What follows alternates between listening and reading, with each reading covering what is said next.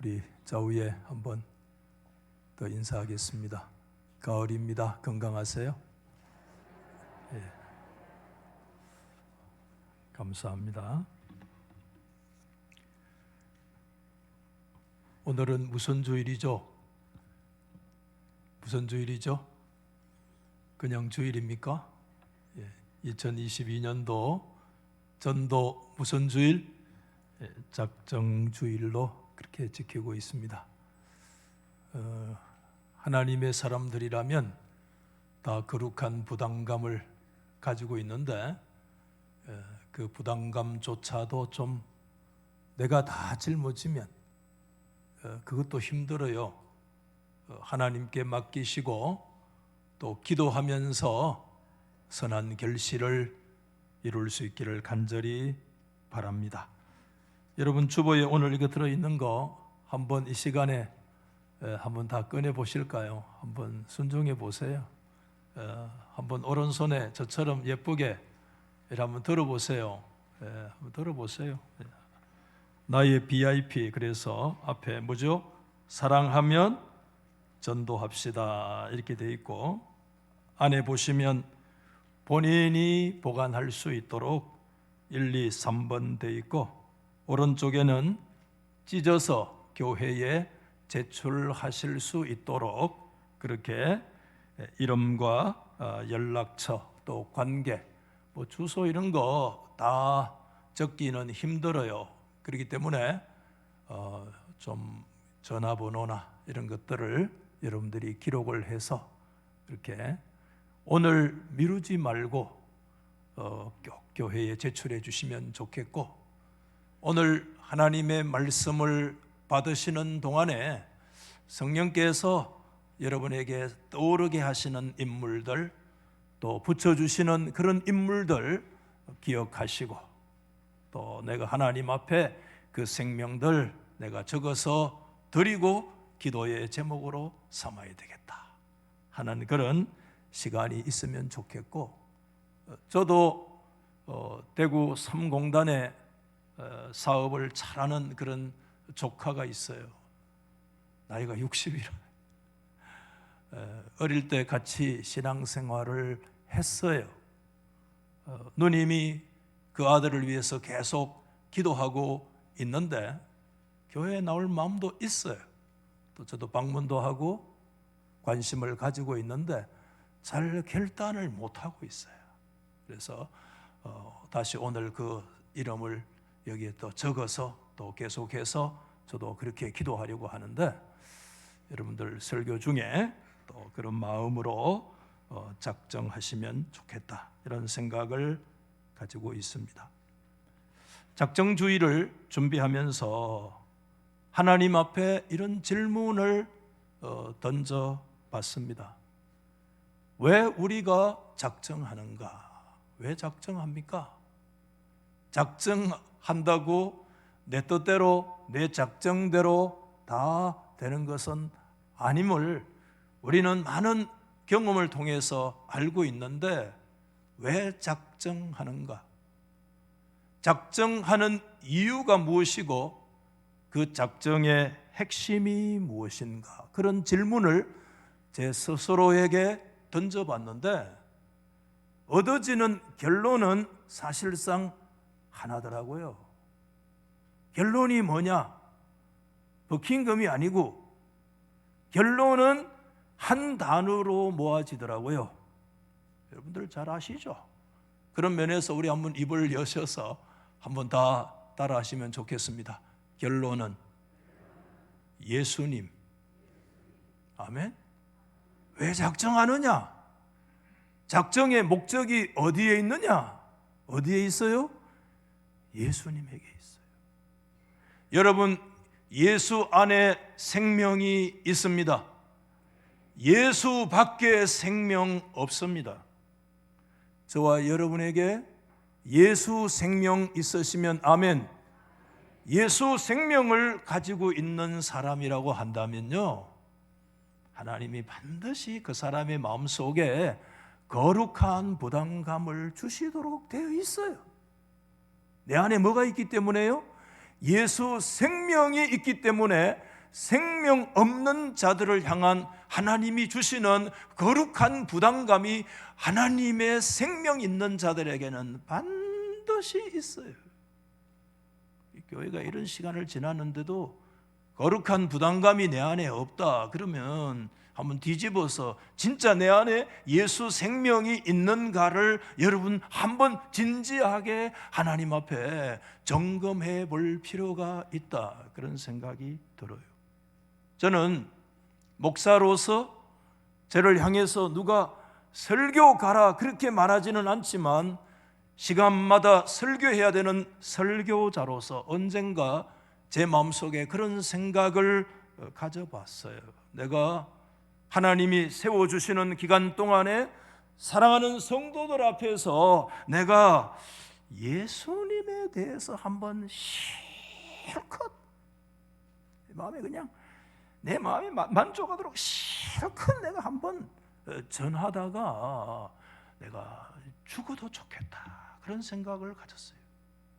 지금도 기본적으로는 그런 마음이 변함이 없습니다만은 언젠가 제 마음속에 예수 증거하다가 내가 좀 다 퍼내고 그렇게 죽어도 좋겠다는 그런 마음으로 제 마음속에 빵빵하게 채워진 적이 있습니다.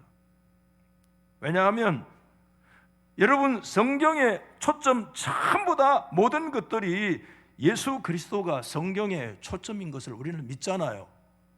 예수님은 요한복음 5장 39절 말씀에서 너희가 영생을 얻기 위하여 성경을 상고하거니와 그 성경은 내게 대하여 증언하는 것이다 라고 말씀하셨어요. 그때 예수님이 말씀하시는 성경은 구약 성경입니다. 신약 성경이 기록되기도 전에 예수님은 구약 성경을 너희들이 상고하고 그 성경 때문에 영생을 얻고, 그 성경은 누구에 대해서 증언하는 것이냐? 나 예수에 대해서 증언하는 것이다. 그래서 신구약 성경의 초점과 포커스는 예수 그리스도에게 다 맞추어져 있는 줄 믿는데, 그럼에도 그 성경 가운데 예수로 충만한 그런 성경이 무엇일까 생각해 볼 때 그 중에 어떤 데는 성경이 뭐냐 하면 히브리서 성경일 것이다, 그런 생각이 마음에 들었습니다. 왜 그런가 하면 좀 여러분 심한 표현인지 몰라도 히브리서 오늘 이 서신을 1장에서 13장까지 기록했던 이분은 예수에 미친 사람이에요. 예수에 미친 사람, 예수로 충만한 사람. 1장에서 13장까지 예수를 가슴 절절히 정말 가슴 벅차게 거룩한 감격 가지고 예수님에 대해서 증거하고 외친 사람이 누구냐 하면 그게 히브리서 서신을 기록한 사람이라는 거예요. 여러분, 히브리서라고 하는 이 편지가 1차적으로 청중들이 기본적으로 누구냐면 유대교적인 배경을 가지고 예수 믿은 사람이라는 거 우리가 충분히 생각하는데, 그렇다면 그들은 구약 성경이 굉장히 익숙하고 구약 성경에 대한 내용들을 잘 알고 있는 사람들이죠.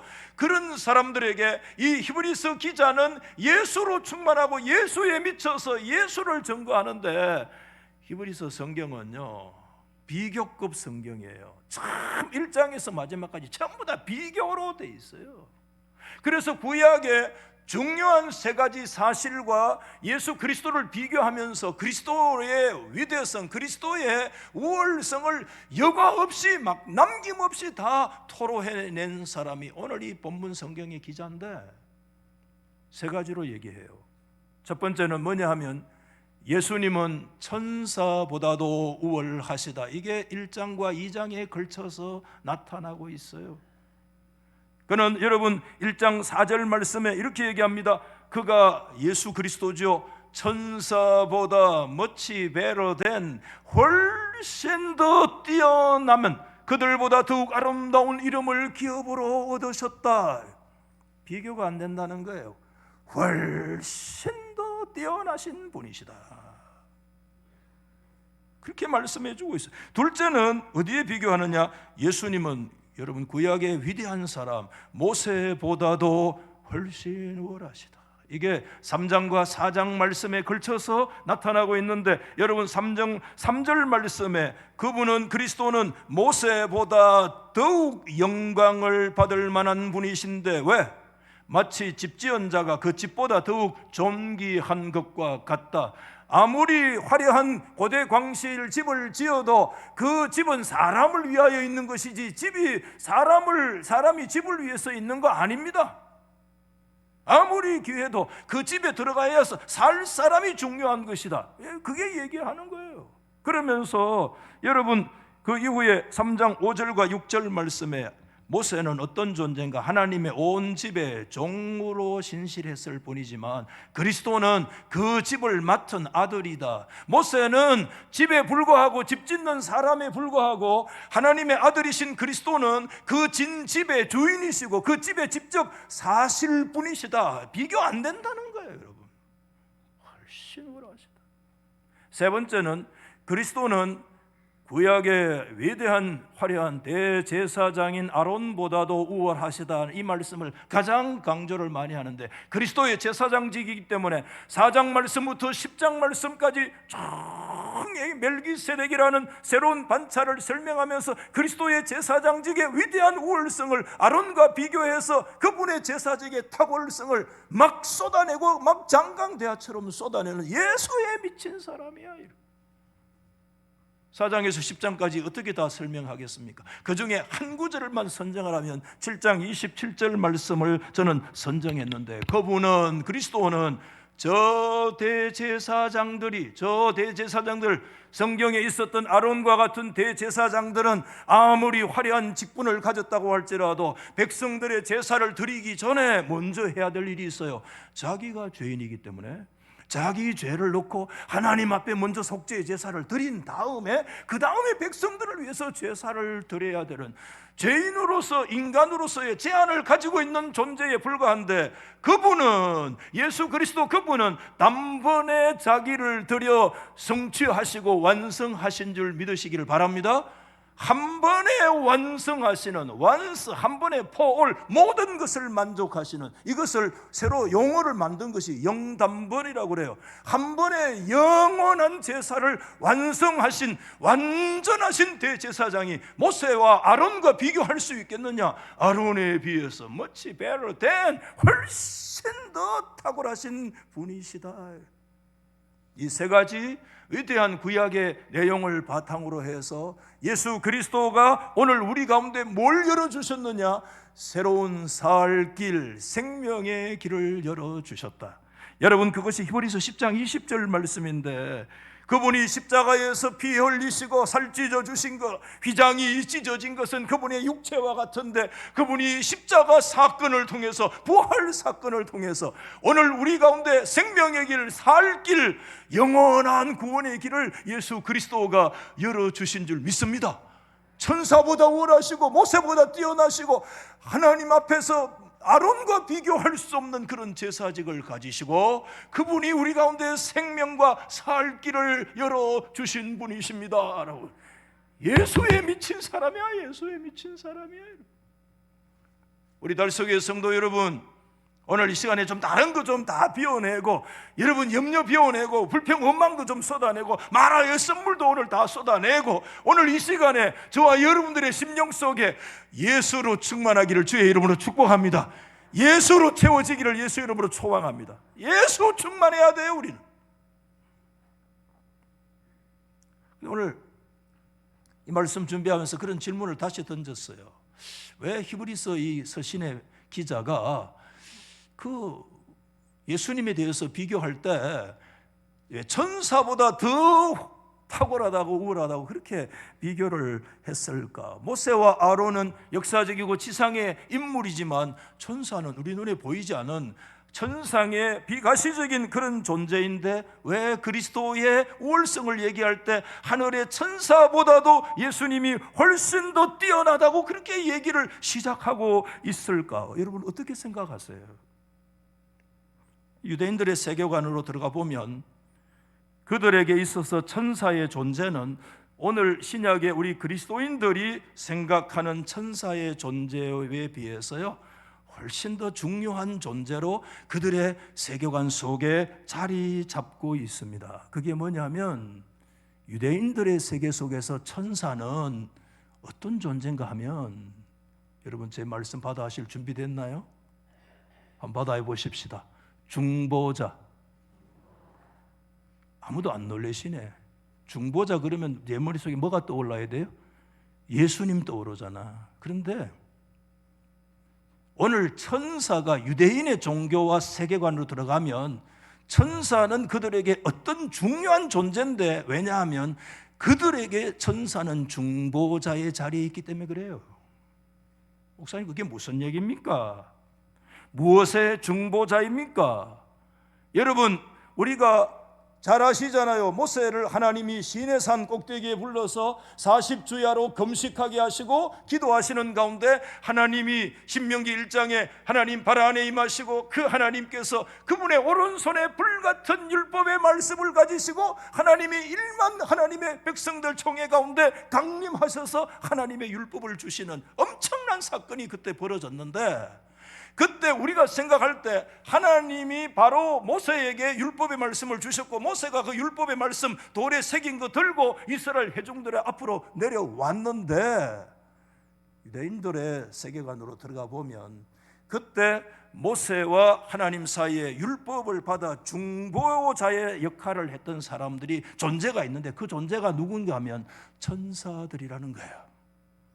천사들이 율법의 수여를 하는 그 순간에 중보자. 그래서 여러분들 유대인들의 핵심이 토라라고 하는 하나님의 율법의 말씀이 유대인들의 삶의 중심이잖아요. 그런데 그들의 삶의 중심인 율법의 중보자가 누구였는가 하면 그분이 바로 그 존재가 천사들이었어요.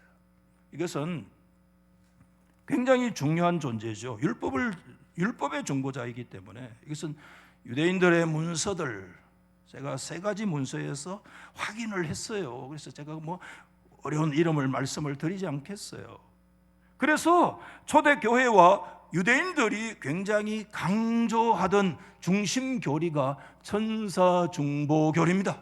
이게 기본적으로. 우리 신약 성경에는 그런 말씀이 없느냐? 신약 성경 안에도 2번에 걸쳐서 천사중보의 사상이 정언되어지고 있는데, 첫 번째 정언자가 사도행전 7장에 스데반 집사를 통해서 정언을 하고 있어요. 사도행전 여러분 7장 53절 말씀에 보면 스데반이 성령 충만해서 설교하잖아. 유대인들에게 너희가 천사가 전한 율법을 받고도 지키지 아니했다. 모세가 받았다고 얘기하지 않고, 모세가 받은 거 사실이지만 천사가 전해준 율법이었다. 천사 중보의 얘기를 하는 거예요. 사도 바울의 정언이 하나 더 있는데, 그게 여러분 갈라디아서 성경 말씀 3장 19절에 보면 이렇게 얘기합니다. 율법이 뭐냐? 그러면서 바울이 천사들을 통하여 한 중보자의 손으로 베풀어 주신 것이다. 바울의 정언 속에는 훨씬 더 직접적인 정언의 역사가 나타나죠. 하나님이 하나님의 백성들에게 율법인 토라를 주실 때 뭘 통해서 주셨는가? 모세에게 주었지만 중보인 천사의 손을 통해서 그들에게 주어진 것이다. 저는 신의 산이라고 추정되는 오늘날 제벨무스라고 그러잖아요. 모세의 산이라고 하는 그곳에 2차례 올라가 봤다고 몇 번째가 자랑했잖아요. 2번이나 올라가 봤어요. 첫 번째 감격은 더 컸는데 2번째 감격은 첫 번째만큼은 좀 떨어지기도 하고 그랬어요. 올라가 보면 그 신의 산이라고 추정되잖아요. 그 주변에 산이 굉장히 많아요. 그런 높은 산들이. 그런데 막 그 산이 신의 산일 거다. 그래 대체로 그렇게 얘기하고 신의 산에 대한 새로운 학설들도 있어요. 그렇지만 대체로 이제 근데 그곳에 올라갔을 때 저 동력에 햇빛이 쫙 비치는데 여러분, 야, 그 붉은 빛이 그 돌들이 받아내니까 돌들이 전부 다 붉게 확 빛나요. 그때 이런저런 생각을 했어요. 그때 모세가 이곳에 40일을 엎드려서 하나님 앞에 금식하면서 하나님이 주시는 율법을 받은 장소구나, 이 장소가 하나님의 백성들과 출애굽기 24장의 언약을 체결한 그런 장소구나, 이런 생각 안에 굉장히 감격스러웠는데, 여러분 오늘 다시 이 말씀 생각하면서 상상해 봤는데, 그때 하나님이 여러분 그 이스라엘 백성들 대표해서 모세에게 율법을 주시는데, 그때 천천만만의 천사들이 하나님 앞에 다 돌입해 서 있는데, 그 중보적인 거룩한 사이 우리가 다 알 수 없지만 그 속에서 하나님의 율법이 모세를 대표로 해서 하나님의 백성들에게 주어지는 이 사실을 생각을 해보면 정말 상상해보면 감격스러운 거 사실이죠. 제가 말씀드리고자 하는 핵심은, 유대인들의 관점에서 천사가 왜 그리 중요하냐, 천사가 중요한 이유는 천사 중보 사상이기 때문에, 중보 사상이 성경의 핵심인데 중보 없이는 못 받거든요. 그래서 율법은 천사를 중보로 해서 그들에게 주어졌다고 믿고 있었기 때문에 유대인들의 세계에서 천사 사상은 굉장히 중요한 존재로 딱 자리 잡고 있어요. 근데 오늘 히브리서 기자는요, 이것을요 어쩌면 뒤집는 굉장히 도발적인 그런 말씀을 쏟아내놓기 시작을 하는데, 오늘 여러분 1장 14절에 천사에 대해서 얘기를 하는데, 모든 천사들은 예외가 없습니다. 그 안에 미가엘도 들어가고 가브리엘도 들어가고 천사장도 들어가고 다 들어갑니다. 모든 종류의 천사들이 많이 있을 텐데, 그 천사는 어떤 존재인가를 딱 규정을 해버리는데, 섬기는 영이다. 누구를 섬기는가 하면 구원받을 상속자들을 위하여. 구원받을 상속자가 누굽니까? 오늘 이곳에 그리스도 안에서 하나님의 영원한 기업의 상속자가 된 예수 그리스도는 본질적 아들이지만, 우리는 그리스도 안에서 믿음으로 하나님의 아들로 받아들여지고 입적된 하나님의 아들인 줄 믿으시면 아멘. 그런 그리스도의 아들 되심과 하나님의 아들이신 구원의 상속자인 저와 여러분들을 뭐 하라고요? 섬기라고 하나님께서 부리시고 하나님이 인도하시는 영이 누구냐 하면, 그게 바로 누구냐? 그게 천사다, 이렇게 얘기를 하는 거예요. 여러분 아무도 안 놀라시는데 굉장한 대장입니다.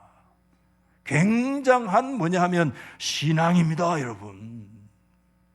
아니 도대체 여러분, 이 성경의 1차적인 정중히 유대적 배경을 가지고 있는 사람들이 대다수인데, 그런 사람들의 피 속에 뭐가 있느냐? 천사 중보적 사상이 흐르고 있는데, 그들을 향해서 편지하면서 천사는 어떤 존재냐 하면, 천사는 섬기는 종과 같이, 특별히 예수 믿는 우리를 섬기라고 하나님께서 부리시는 하나님의 영에 불과하다고 얘기를 하는 이 배짱, 이 담대한 신앙은 도대체 어디서 나온 거냐 말입니다. 이건 도대체 어디에 근거를 하고 있느냐 얘기예요.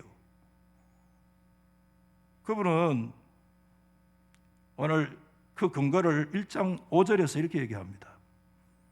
하나님께서 어느 때에, 하나님이 언제, 천사 중 누구에게, 어떤 위대한 천사, 어떤 화려한 천사장 가운데서 누구에게 하나님이 천사를 향해서 You are my son, 너는 나의 아들이라고 하나님이 말씀하신 적이 있습니까? 하나님이 얼마나 위대한, 눈에 보이지 않는 영적인 존재인 천사들을 향해서 내가 오늘 너를 낳았다고, 너는 내 아들이다고, 내가 너의 아버지가 너는 나의 아들이 될 것이다 라고 부자관계로 하나님이 천사를 향해서 말씀하신 적이 있느냐? 근데 저와 여러분 어떻습니까? 우리는 한번 합시다. 너는 나의 아들이다. 이게 비교됩니까? 안 된다는 겁니다, 여러분. 엄청난 말씀 아니에요? 1장 13절 말씀에서 계속 얘기합니다. 하나님이 어느 때에 천사 중 누구를 향해서 내가 네 원수로 네 발등상 되게 하기까지 너는 내 우편에 앉아 있어라. 하나님이 우편에 앉아 우편 좌위의 사상이 얼마나 그리스도의 십자가 부활의 성천의 승리의 결과가 하나님의 우편에 앉으시는 좌위 사상인데, 하나님께서 어떤 천사, 어떤 유명한 천사장을 향해서 탁월한 능력의 천사장, 1만 천사를 이끄는 천사장 중에 누구를 향해서도 너 그렇게 위대하니까, 너 신분이 고귀하니까 내 우편에 앉으라고 하나님이 말씀하신 적이 있느냐?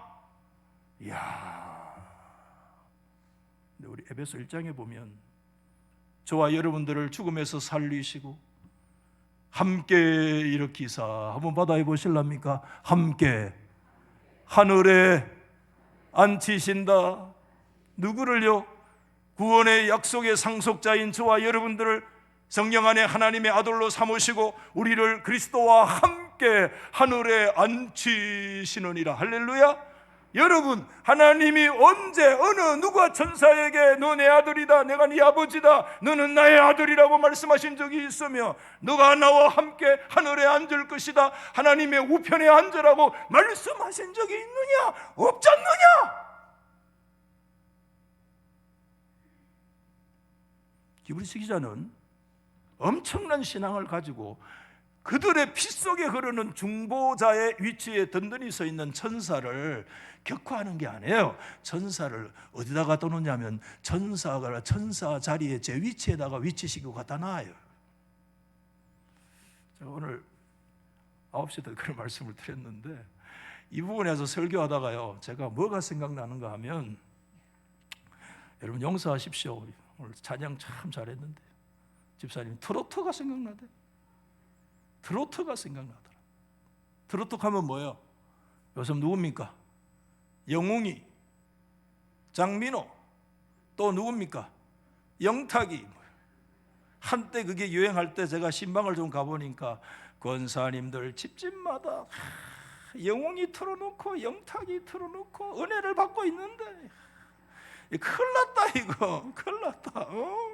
그래서 내 마음에, 야 진짜 이 영웅이가 말이야 60대 뭐 노래를 부르는데 나도 그건 들으니 눈물이 나더라고. 야, 목사가 은혜를 받아 이 성도들도 은혜 받겠다. 그래가지고 막 권사님이고 장로들 안 가봤는데 권사님들 집에 가보면 막 틀어놓고 막 은혜가 충만한 기라에. 그래서 내가, 야, 그것도 좋은데 막 찬송도 좀 듣겠나? 뭐 찬송은 평생 부르이. 막 이것도 한때 자연 은혜다. 내가 막 부르라. 영탁이도 부르고. 그런 생각이 들었는데, 오늘 목사님 설교 준비하다가 왜 영탁이 생각납니까? 이게 그 노래가 누구 노래인지 몰라도 찐찐찐찐 하는 거 있잖아. 그거 뭡니까? 찐이야 하는 거 있잖아. 오늘 한번 부를까 하다가, 아이고 또 우리 박창식 목사 요새 뭐 좀 타락했다 싶어가지고 내가 저 서울의 소아무개는 막 불러 불긴데 난 안 부른다 오늘. 찐찐찐찐찐이야. 그러면 뭐가 나타났어? 진짜가 나타났다. 뭐지? 지금 하는 거야. 진짜가 나타났어. 그러면 진짜가 나타나면 뭡니까? 가짜 가면 좀 이상하고, 그림자는요 좀 물러나야 돼.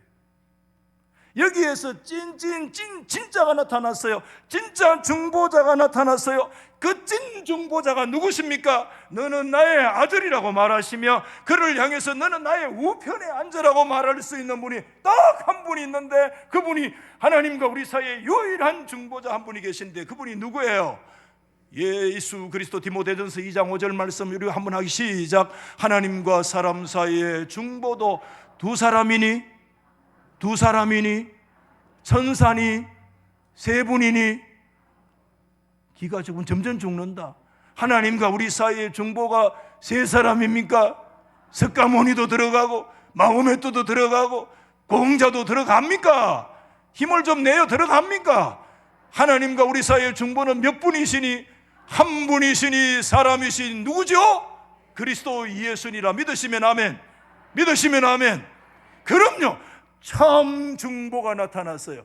여러분, 구약에서는 모형론이 다이팔라지라, 모형론이요 그림론이요, 구약의 여러분 희미한 원시 계시의 사상에서는 여러분 그림자가 나타나서 역사해요. 청지기가 여러분 임금이 오기 전에, 여러분 그 주인이 오기 전에는 누가 청지기가 주인 노릇하고 집 전체를 관리해요. 그러나 임금이 돌아오고 주인이 돌아오고 아들이 돌아오면 정직이는 어디로 가야 돼요?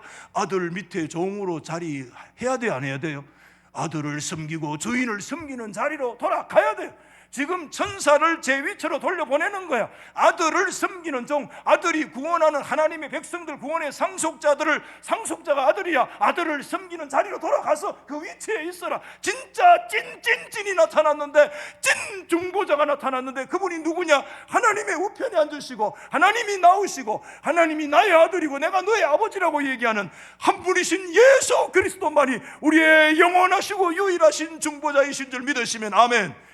이야, 이 사상이 그에게 팍 자리하고 있기 때문에 그 유대인들의 천사 중보 사상도 과감하게 뒤집으면서 천사를 천사의 자리에 앉히고 그리스도를 그리스도의 자리에 앉히면서 팍 높인다 이거예요. 그러면서 오늘 이 히브리서 성경 기자가 진짜 하고 싶은 메시지가 남아 있어요. 그게 오늘 여러분 본문의 2장 2절 말씀인데요, 이렇게 얘기해요. 그 천사들을 통해서 하신 말씀도 얼마나 견고해서 그 말씀을 만약에 모든 거 범죄하고 네가 불순종한다면 어떻게 된다고요? 하나님의 공정한 보응이 너에게 따를 것이다, 이렇게 말하는 거예요. 그림자에 불과한, 중보의 그림자에 불과한, 모형에 불과했던 중보로 주신, 천사 중보로 받은 율법의 말씀도 너희들이 거기에 대해서 불순종한다면 하나님이 그 말씀이 얼마나 견고한 말씀이라 그 불순종에 대한 하나님의 공정한 보응의 역사가 나타나게 될 것. 당신들은 기본적으로 유대교적 배경 속에서 개종한 사람들이라 당신들 성경, 구약 성경 잘 알고 있지 않느냐? 구약 성경의 율법을 어겼을 때 하나님의 그 저주와 하나님의 심판의 말씀이 도대체 얼마인 거 당신들 알고 있지 않느냐? 그런 얘기하는 거예요. 지금 오늘 우리도 살펴봐야 될 거 아닙니까? 그게 많이 기록 이것저것 돼 있지만 제가 한 구절을 선택하라면 여러분 레위기 성경 26장 말씀 14절 이후에 39절 말씀까지, 오늘 여러분 이거 14절부터 39절까지 다 읽으면요 미안하지만 3분의 1이 밖으로 나갈 것 같아요. 그러니까 지금 제가 막 조심을 해서 아주 줄여서 앞대가리만 줄인 거예요. 이거. 여러분, 하나님이 이렇게 얘기합니다. 하나님의 법도 싫어하고 규례 멸시하고 계명 준행하지 아니하고 하나님의 언약을 배반하면 내가 이와 같이 행하려는데 너에게 놀라운 재앙을 내릴 것인데, 첫 번째가 뭐냐면 폐병. 여러분, 코로나 폐병입니다. 의사들 계신지 모르겠어요. 코로나 폐병. 코로나의 1차 목적은 하기도록 우리의 폐로 들어가가지고 우리를 막 죽거나 자빠지도록. 폐병과 열병, 눈이 어둡고 생명이 쇠하고 파종해도 헛되고 너희 대적 원수들이 그것을 먹고 하나님이 직접 치시는데 대적에게 전쟁에 패하고 미워하는 자가 너희를 다스리고 너희는 쫓는 자가 없어도 막 도망하고. 이게 39절까지 뭐 할 일 없다고 하면 좀 이상하고 오늘 시간이 나면 꼭 한번 26장 39절까지 한번 꼭 읽어보시면, 제가 동그라미를 치면서 숫자를 계산해 보니까 제가 계산한 리스트가 아주 몇 가지냐면 30가지가 돼요. 30가지. 몇 가지라고요? 아무도 안 놀래네. 하나님의 재앙 목록이 리스트가 30가지라요. 야, 숭악하다 말이야. 이런저런 말씀 많이 봤지만 하나님의 계명에 하나님의 어겨서 거기에 정당한 보응에 하나님이 30가지의 하나님의 보응의 역사를 주신다, 이렇게 말씀하신 거예요. 여러분, 30가지 하나님이 나를 쳐도 내가 버텨낼 수 있는 사람이 있으면 한번 아멘 해보이소. 아멘 한번 하면 큰일 난다. 정신 바짝 차리요. 30가지는커녕 3가지 받기도 전에 내가 떨어져 버려. 우리는 한 가지도 감당 못해서 허덕거리는데, 그렇다고 오늘 내가 질병 걸리고 그 하나님의 저주와 심판이다 그렇게 받으시지 마십시오. 율법적인 측면에서 그렇다는 거예요, 여러분. 오늘 제가 말씀드렸잖아요. 히브리서 성경은 1장에서 13장까지 전체가 뭐냐? 비교급 책이에요. 정말 오늘 이 부분에 들어와서 히브리서 성경 저자의 비교급의 역사가 제대로 진가를 발휘하는데, 이렇게 오늘 본문 2장 3절 말씀에 이렇게 얘기합니다. 우리가 이와 같이 큰 구원을, 이 큰 구원은 누구죠? 찐이신, 진짜로 중보자이신 예수 그리스도 하나님의 아들이신 그분이 이루어 놓으신 큰 구원, So great salvation이라고 성경에 되어 있습니다. 그렇게 위대한 셀베이션, 하나님의 구원의 역사가 하나님의 아들이신 그리스도로 인해서 당신들에게 주어졌는데, 만약에 당신들이 이 위대한 하나님의 구원을 어떻게 하면, 등한히 하면 어떻게 보응이 당신들에게 없겠냐? 비교라.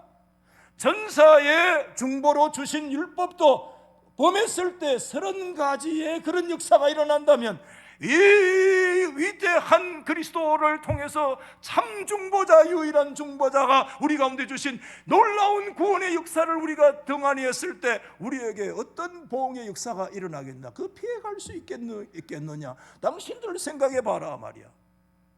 왜 오늘 이렇게 위대한 큰 구원이라고 말씀하고 있는가 하면, 그 구원의 기원이 특수하기 때문에 그렇습니다. 그것은 천사가 준 것이 아니라 주로 말씀하신 바요, 주님이 주신 것이기 때문에 그 구원의 기원 자체가 특별해요. 그래서 여러분, 히브리서 기자는 예수 미친 사람이야. 그래서 그분이 우리 가운데 주신 위대한 구원의 역사가, 얼마나 구원의 역사는 어디에 근거하고 있는가 하면 그리스도의 위대하심과 탁월성에 근거하고 있는데, 이 사람은요, 다른 것 막 그냥 서론 거두절미라 하죠. 거두절미 딱 그냥 딱 잘라버리고 앞도 자르고 막 뒷다리 자르고 딱 들어가면서부터 머리부터 바로 예수로 막 때리는데, 예수에 대해서 막 쏟아내는데, 여러분 보세요. 1장 1절 말씀부터 막 쏟아내는데, 한번 보여주십시오. 1장 1절 말씀부터 쏟아내는데 이렇게 얘기합니다. 옛적의 선지자들을 통하여 여러 부분과 여러 모양으로 우리에게 조상들에게 말씀하신 하나님이, 옛적의 구약의 다양한 말씀, 오늘 마지막 날에는 누구를 통해서요? 이제 이 아들을 통해서 우리 가운데 말씀하시는데, 그 아들은 어떤 분이시냐? 잘 보십시오. 첫째는 뭐라고 그랬어요? 만유의 상속자이시며, 그로 말미암아 모든 세계를 지으신 만유의 창조주가 되신 하나님의 영광의 광채이시며, 그분은 본체의 형상이시며 그의 능력으로 만물을 창조하실 뿐만 아니라 지금도 만물을 붙들고 계시고, 뿐만 아니라 그분은 죄를 정결케 해서 우리를 구원하시는 역사를 이루시고, 그분은 높은 곳에 계셔서 하나님의 우편에 앉아 계시는 분이시다. 몇 가지입니까? 1장 1절 이후의 말씀부터 바로 그냥 예수로 때리는데, 예수님의 그 위대성에 대해서 쏟아내면서 예수 그리스도의 우월성을 7가지를 통해서 그리스도의 위대성을 막 쏟아붓는데, 7이라는 것은 완전수잖아요. 그리스도는 완전하신 분이시다. 그리스도는 완전하시도록 탁월하신 분이시다는 거예요. 그분이 우리 가운데 주신 구원은 So great salvation입니다. 이것은 정말 탁월하고 위대하고 크신 구원입니다. 전사를 중보해서 주신 말씀도 등한히 하면 그렇게 된다면, 위대하신 그리스도 7중적 묘사로 우리 가운데 오신 그리스도가 우리 가운데 주신 그분의 큰 구원의 역사를 우리가 등한시 했을 때 오늘 우리 가운데 어떤 역사가 일어날 수 있겠느냐, 이렇게 말씀하고 있는 거예요. 여러분, 오늘 이 말씀에서 동사 결론이 나오죠. 등한히 여긴다, 아멜레오, 영어로 이그노로 니글렉트, 그런 뜻이에요. 무시하다 이런 뜻이고, 방치하다 뭐 이런 뜻이에요. 여러분, 오늘 이 큰 구원에 대하여서 우리가 어떤 태도를 취할 것인가, 선택을 요구하고 있어요. 유명한 레온 모리스는 그렇게 얘기했습니다. 이 위대한 진리에 대한 우리의 반응이 우리의 운명을 결정한다, 이렇게 얘기했어요. 그래서 오늘 제가 말씀을 정리하면서 묵상해 봤어요. 하나님의 말씀을 등한히 여기는 예를 한번 찾아보자. 성경에 구약의 예를 딱 떠오르는 게 뭐냐면, 그 창세기 아브라함의 조카 롯이에요. 하나님께서요, 소돔과 고모라에 살고 있는 조카 롯에게 하나님의 여호와의 사자를 보내서, 창세기 19장에 보면 13절에 이곳을 멸하시려고 우리를 보내셨기 때문에 우리가 멸하리라, 하나님의 심판의 선언이 떨어졌어요. 그러자 분명히 그가 제일 먼저 보인 롯의 반응이 누구에게요? 자녀들에게 쫓아갔어요. 왜? 가장 사랑하니까. 사랑의 대상자로 가요. 우리는 마음이 쓰이는 사람은 사랑하는 사람이에요. 그래서 그때 롯이 이렇게 반응했어요. 롯이 나가서 그 딸들과 심지어 그 딸들의 정원 결혼할 사위들에게까지 여호와의 심판을 얘기하는 거예요. 이곳에서 일어나서 나가야 된다, 하나님의 말씀이다, 선포다 이랬더니 제일 끝에 우리 잘 아시나요? 그 사위들이 그 하나님의 선포된 말씀을 뭐로 여겼어요? 농담으로 여겼습니다. 성경에는 he was joking, 조크로 여겼다는 거예요. 이게 무슨 뜻이냐면 무시했다는 뜻입니다. 뜻이 똑같아요. 하나님의 말씀을 등한히 여긴 거예요. 하나님의 아들로 통해서 우리 가운데 주신 이 위대한 구원의 역사가 2000년 동안 이미 선포되어져 있는데, 오고 오는 역사 속에 수많은 사람들은 세상에 도취해서 세상의 엄난과 불법에 빠져서 하나님의 그 명령에 대해서 니글렉트 무시하는 거예요. 등한히 여긴 거예요. 그때 롯의 마음이 어땠는가?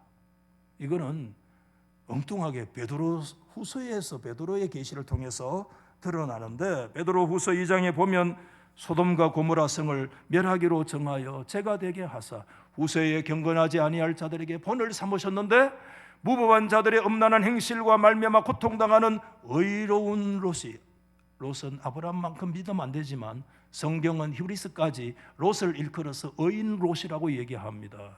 이 의인의 그들 중에 거하여 날마다 저 불법한 행실을 보고 들어서 그 의로운 심령이 상했다, 이렇게 얘기했어요. 이런 말씀이 성경에 있어요.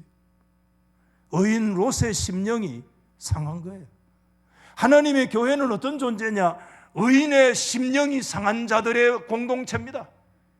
세상을 바라보면서, 불신 사랑하는 자녀들을 바라보면서, 나의 사랑의 대상자들을 바라보면서, 이 불법한 세상에 빠져있는 영혼들을 바라보면서 이 시대에 부름받은 예수 생명을 가진 의인들은 그들의 심령 속에 뭐가 있는가? 하나님의 거룩한 말씀 앞에, 생명 앞에 그 심령이 막 상하는 거야, 상하는 거야. 예수 심령이 상해야 돼. 그게 성도의 자세입니다. 신약의 대표는 뭐가 없을까? 딱 떠오르더라고요. 마태복음 22장에 큰 임금이 예수님의 비유입니다.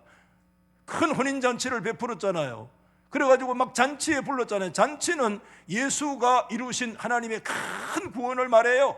위대한, 그래서 구약에서는 구원을, 신약에서는 예수의 비유에는 잔치로 나타나요. 잔치가 일어난 거야. 진짜 잔치가 일어난 거야. 그때 반응이 22장에 어떻게 돼 있어요? 4절 이하의 말씀에 보면 다 불렀잖아요. 초청했잖아요. 그런데 돌아보지도 않았고 그들도 보지도 않았어. 장가 가야 하고 시집 가야 하고 또 뭐죠? 서로를 띠껴야 되고 논도 갈아야 되고 그런 노래 있잖아요. 우리 노래 부르면서 진짜 그 노래 안에 드리워져 있는 상한 의인의 심령이 우리 속에 있는가? 다 이유가 있어. 전화하니까 뭐 어디 가야 되고 어디 가야 되고 어디 똑같아. 그때나 지금이나 2000년 전이나 지금 오늘 어디 가야 되고 뭐 해야 되고 무슨 선약이 있고. 그때 임금이 뭐라고 그랬어요? 노하여 군대를 데려다가 진멸하고 다 동네를 불사르고 하나님의 심판을 말해요. 오늘 말씀 진짜 맞지? 롯의 마음이 우리 속에 회복되기를 바라는데 두 가지 정리합니다. 첫째는 무슨 마음이에요? 애통하는 마음을 가져야 돼요. 애통하는 마음. 이게 의인의 마음이야. 성도의 마음이야. 불법의 사람들을 바라보면서 그 심령이 막 속에서 상하는 거예요. 그래서 하나님의 나라가 오는 천국 백성들의 마음 자세는 희희낙낙이 아닙니다. 천국 백성들의 마음은 영적으로 심령이 상하는 마음이요, 애통하는 마음이, 그 속에 하나님의 나라가 임하여 옵니다. 아멘. 그래서 애통하는 마음. 왜 애통해야 됩니까? 가만히 두면 오늘 히브리서 2장 1절에서는 뭐라고 그랬습니까? 저 떠내려갑니다. 어디까지 떠내려가는 줄 아십니까? 지옥 불구덩이까지 떠내려갑니다. 여러분, 소돔과 고모라가 하나님께 불과 유황으로 불구덩이, 그게 지옥의 상징입니다. 지옥까지 떨어졌습니다. 그들은 불구덩이까지 떨어집니다. 가만히 두면 떨어집니다. 그 영혼들을 바라보면서 의인의 상하는 심령이 우리 속에 있어야 되는데, 유다서 23절 말씀에 매우 중요한 얘기를 했어요. 불구덩이 속에서 끌어내는 것이 구원이다. 이번에 불구덩이에서 끌어내입시다. 아멘. 두 번째 마음이 마지막, 영혼을 사랑하는 마음. 영혼을 사랑하는. 롯이 하나님의 말씀이 떨어지자 사랑하는 사람에게 막 달려가서, 성경은 간단히 처리했지만 울부짖었을 거예요. 그런데 씩씩 웃으면서 자녀들이 뭡니까? 농담으로 여기고 무시하고 하나님의 말씀을 멸시하고 들어도 못 들은 것처럼 그들도 보지도 않고 다 불까지 떨어졌어요. 그 영혼들을 향한 의인의 마음이, 영혼을 사랑하는 마음이 하나님의 교회에 이거 회복되지 않으면 다 헛방이래요. 이게 여러분 노아의 마음이었고, 이게 신약의 사도 바울의 마음이었고, 오늘 우리의 마음. 사도 바울이 로마서 10장에 뭐라고 말씀했어요? 주의 이름을 부르는 자는 구원을 받으리라. 이건 대진리입니다. 아멘. 그렇다면 밑에 이렇게 했어요. 전파하는 사람이 없는데 어떻게 들을 수 있겠느냐? 그러면서 아름답도다. 뭐가 아름다우냐? 인물이 아름다운 거, 고운 것도 거짓되고 아름다운 것도 헛되다. 다 나중에 썩어 문드러집니다. 우리의 아름다운 모습도. 진짜 아름다운 것은 인물 아름다운 거 아닙니다. 진짜 성경이 아름답도다 얘기하는 것은 이 생명의 소식, 이 복된 소식, 이 구원의 소식을 전하는 자의 발이 beautiful, 아름답도다. 아멘. 여러분, 이 가을에 우리 달서교회 전 성도들, 우리 하나님이 주신 삶의 자리에서 이 아름다운 또 발길에 걸음에 우리 다 동참하시기를 원하시면 아멘 하십시다. 마음 가지시고 적어보시고 기도도 하시고 전화도 해보시고 한번 찾아가도 보시고, 이 아름답도다 너의 발길이. 왜 아름답냐? 네 인물이 아니야.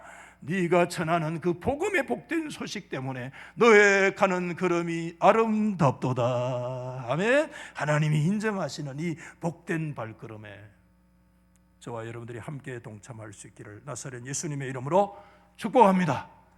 자, 여러분 이거 한번 끄집어내 보십시오. 자, 이거 한번